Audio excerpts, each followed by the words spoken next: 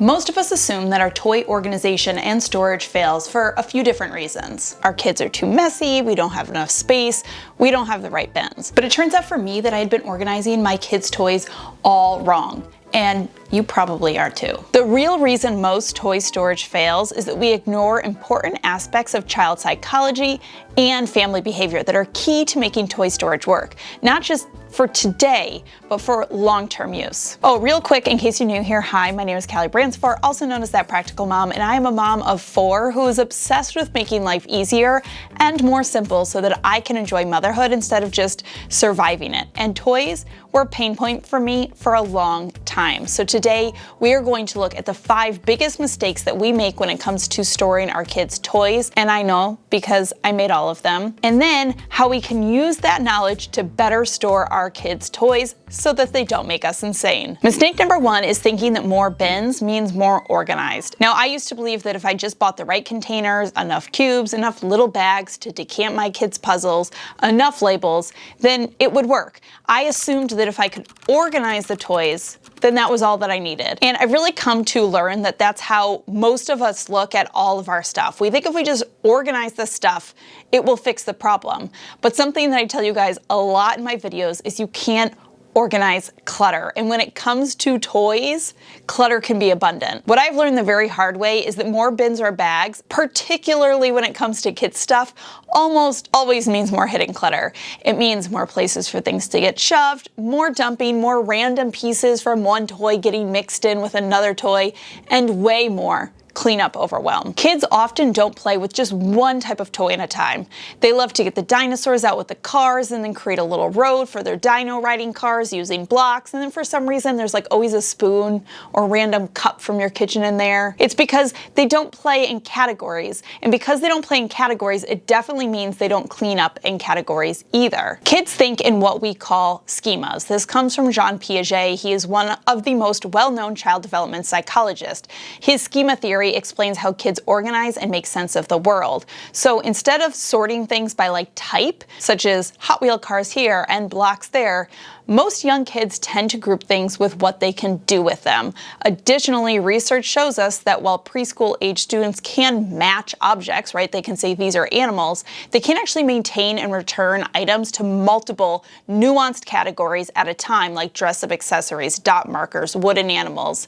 Children don't reach the stage where they can sort items into multiple categories like we use in most storage until they're closer to 7 to 8 years old. This is called class inclusion by Piaget. Even then, the prefrontal cortex, this is a part of our brain responsible for planning, sorting, categorizing, and cleanup routines, it doesn't fully mature until we are in our mid-20s. So it's not like your first grader should be some top-notch organizer, nor should your high schooler either. In short, in early childhood, the prefrontal cortex is underdeveloped, and even into childhood and adolescence, it's still developing a lot. So assuming that our kids will follow these organizational structures is honestly just a disservice to them and to us. So, more bins and baskets to hyper-organize each aspect of your kids' toys, while nice in theory and can be helpful for storing items that aren't currently being used, is not ideal for everyday play. I'm going to talk about what does work better once we get through the rest of the common toy mistakes. So let's move on to mistake number 2, which is organizing for display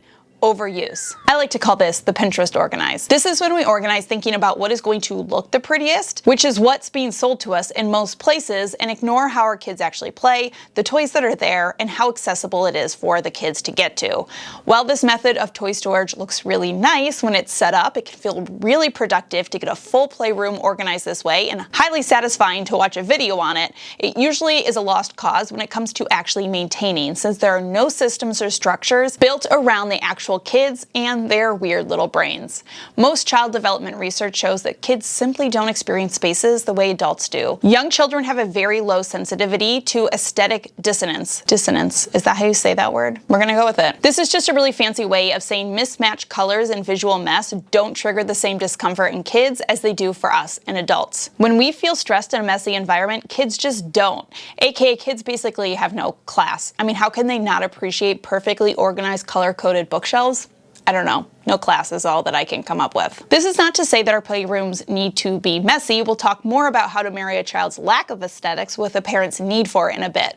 But in general, thinking about making your playroom pretty as a solution is mistake number 2. Quick break to tell you about the sponsor for today's video, which is America's Test Kitchen. Now, I have been using this lately to plan all of my holiday cooking, and it's honestly such a breath of fresh air. Nowadays, I feel like with the internet, it's just overflowing with way too many recipes, gimmicky Instagram tutorials, and hacks that turn out to be a total time suck. I feel like America's Test Kitchen is like an antidote to that. So they started as a cooking resource, and they spent 30 years obsessively testing recipes, ingredients, and cookware. And now they've taken all that hard-earned scientific know-how and they put it into a single place for like everyday home cooks like me. It's a place that you can go when you want real, reliable recipes and product reviews that are backed by actual testing, not just what's trendy or looks cool in a picture. I love the Why It Works explanations, which include like the culinary science behind the techniques in the ingredients and whatever you're reading about. You can kind of understand what makes the recipes succeed. So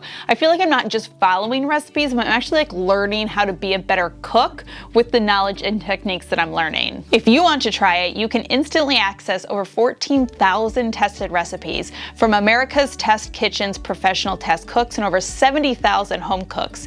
You can use the link in my description box down below to try America's Test Kitchen Essential Membership free for 30 days and then get 37% off your first year. Mistake number 3 is not utilizing toy rotation or overcomplicating toy rotation. Now, child psychology research shows us that too many toys competes for a child's limited working memory, increasing distraction and shortening their play sessions. There's one very well-cited University of Toledo study from 2018 that found that toddlers given fewer toys play twice as long. So the long story short here is that while kids don't balk at mess the way we do, too much stuff does still impact how they play and makes it less likely for them to engage in deep play for longer. Plus, I can also tell you, it's a lot easier to clean up a playroom when there's less toys, okay? Science is science. Toy rotation is amazing because you put out just some of the toys at a time. It ensures that there isn't too much out at once. Rotating toys also mirrors the concept of novelty resets. This is something from developmental neuroscience. Basically, kids' brains are wired to seek novelty, but only in really small digestible amounts.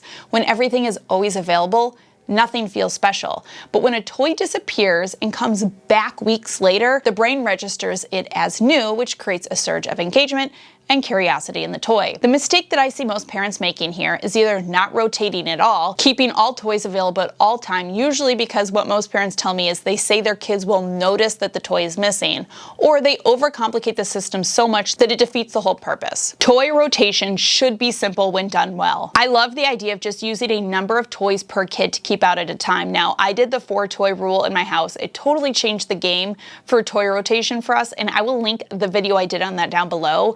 But depending on how many kids you have, pick a number for the kid. So 8 toys per kid or 10. It doesn't matter, just it's a set number so it's easy and uncomplicated. If your kid's number is 8 and they have out 8 toys and they want their truck, then they just need to put away one of their other toys in order to take that one out. In our house, we keep toy rotation in the basement and my kids know that it's down there. They know if they ever want one of those toys, they can have them. They just swap something for it. So my kids don't view these toys as gone or unavailable. They just aren't in our active play area, like adding to the mess and the cognitive overload. Toy rotation should not be complicated, and the best part is when a toy doesn't get asked for or rotated in for a while, it becomes very clear to you that this is a toy that your kids are just not using anymore or they've aged out of and you can donate them.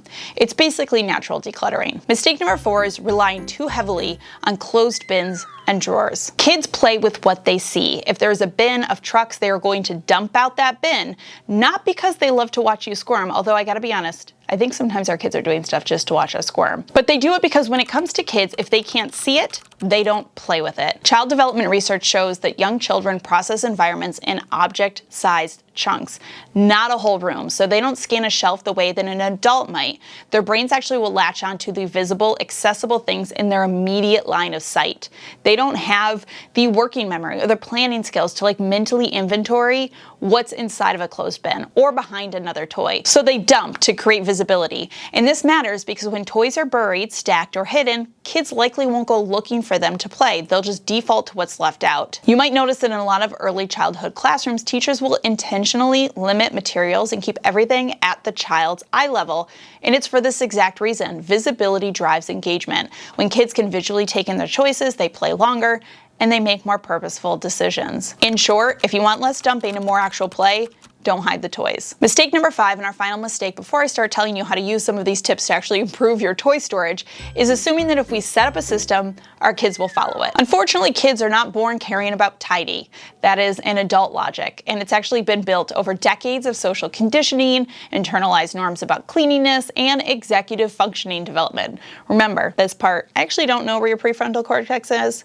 Just prefrontal makes me think it's here. We're gonna go with that. Remember, the prefrontal cortex is not fully developed until you are over the age of 20. Young children simply do not have the cognitive ability to value visual order in the way adults do. Their brains will prioritize play over preservation. When the urge to play or build or create hits, they're not thinking, how am I going to clean this up later? So when we create this gorgeous Pinterest-worthy system and expect our kids to follow them, we are actually just imposing an adult value on a child's brain. It's not that your child is defiant or messy on purpose, it's that the tidy systems need to be taught, they need to be modeled, and they need to be practiced over time. And even then, only if the system is simple enough to match their developmental abilities will they be able to actually follow through on it. So all this leads us to ask, what would toy organization look like if we actually leaned into how a child's brain works? Totally different from how it's being sold to us. In other words, if we organize based on kids' psychology instead of adult aesthetics and consumerism and how things are sold to us, aiming for Pinterest pretty, we would end up with limited toys that are very visible, easily accessible, on open shelves in simple, unlidded bins. But that being said, adults live in our homes too. I always have this constant pull as a mother about creating a space that works for my kids, but not at the expense of my own sanity. As an adult, allegedly I am, I don't love a lot of mess and I don't like visual clutter. And if we want to keep with the science that we've been talking about in this video, that's because as a woman, it has been proven that too much clutter spikes my cortisol. Incomplete tasks leaves my brain stressed because it hasn't completed a task loop. And stepping on Legos hurts. And that part is definitely backed by science. Someone has done that research, and it's me at 4 o'clock in the morning stepping on Legos. I can tell you it hurts. So how do we marry toy storage solutions that work for kids and one that doesn't increase our stress hormone? Such a good question. You were hoping I was going to tell you because this video is supposed to be about toy storage that actually works. Okay, no pressure, Kallie, to get it right. I'm gonna be honest, I don't necessarily have some golden ticket solution for you. I think that's just because there isn't one. Just like there isn't some golden ticket to always ensuring that your kids eat dinner or never talks back or always remembers their water bottle. We're living in a home with other human beings and we have to learn how to coexist with them, just as we do with our spouses. I think so often as adults, we try to control our kids, and I think it's because we look at them as a reflection of us, right? If they're rude or they're messy or forgetful, we think that it says something about us as parents. And I've always just found it really interesting how things that we will forget in an adult, like an adult being forgetful or messy or easily distracted, we forgive that, but we harp on it if it's children. Anyways, I'm clearly going on a tangent, so I'm gonna steer back to the road that I'm supposed to be on here, but the point is, you can't control your kids into being perfect little organization robots because they are kids. But what I do think is that we can find a happy medium of all cohabitating together. Will you still have to pick up some dumped toys sometimes? Yep. Will you still need to ask them more than once to clean up? Yes, absolutely. But with better designed systems, ideally, I think that toy storage can work a lot better for everyone. What does that mean? It means, one, having fewer toys out. It is honestly one of my biggest wins. Kids are going to play better, you're going to have less to manage, and the whole room and space is going to feel calmer. But the only way toy rotation works is if you keep it simple. Keep the rotation area manageable, something that you actually check, and it will naturally help you declutter the toys that no one touches. Next, open shelves and open bins. We talked about this endlessly, but they do really work best for kids' brains. Yes, it is going to look a little more visually messy to us as adults, and every adult instinct is going to say, like, cover that up. But the upside is really huge. Kids can walk in, get straight to playing without needing you to help. If you put things behind drawers, just know that you are going to need to step in more. And the other tricky thing is, don't let doors become an excuse to just like shove things in there and forget it. In my opinion, open bins keeps everyone accountable because you can immediately see when things are getting cluttered. And then you're going to have to model the behavior that you want your kids to use with the organization, like a lot. Like if you think that you have modeled it 1,000 times, you're probably only halfway there.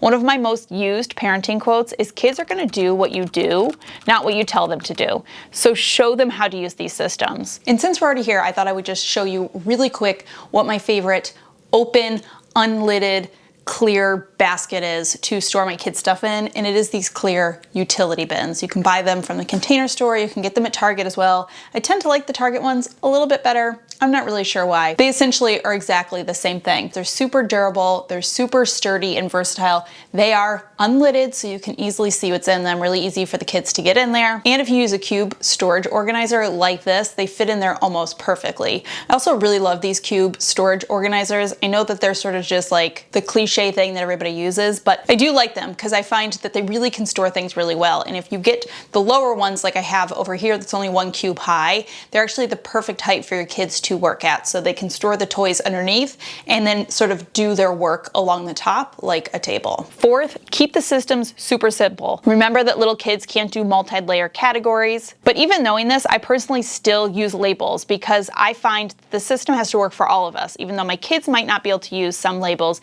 they will help me when I'm keeping things organized. But one way that I sort of scaffold this is I keep my categories broad. I have vehicles, not Hot Wheels and wooden cars. I have Tonys and Yodos all together. My 2-year-old can't clean our whole play area on his own, but he can absolutely help when I say, hey, can you put all of the Tonys into this bin? Experts say that kids will follow organizational systems only when they match their cognitive abilities. When the setup is simple enough that they can actually succeed, that success becomes the habit. And remember, you are working with kids that have developing brains, so telling them to go clean the playroom is just setting everyone up for frustration. Clean to them is not the same as clean to us.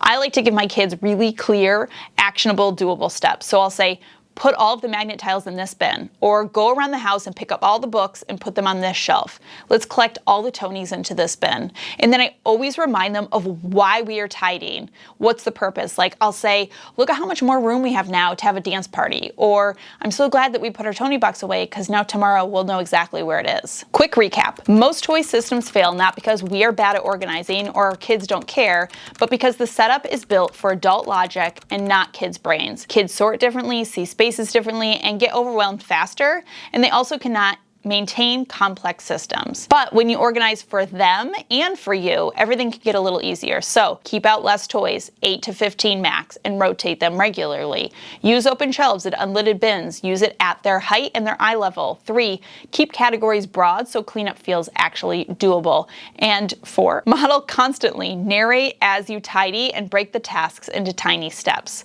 Organize for like real life kids, not Pinterest kids, and the whole system can really start to finally click. That does it for this video. Some of the mistakes that I have made in toy organization, hopefully you can learn from my mistakes and take some of the things I've learned and apply it to how you keep your toys organized. I feel like especially at this time of year, as we get through the holiday season and there sort of is an influx of new stuff, having a way to sort of keep that all in check will make everyone happier. As always, thank you so much for stopping by and watching. I hope you're having a fantastic day. Remember to be kind to yourself and others, and I will see you all in my next video.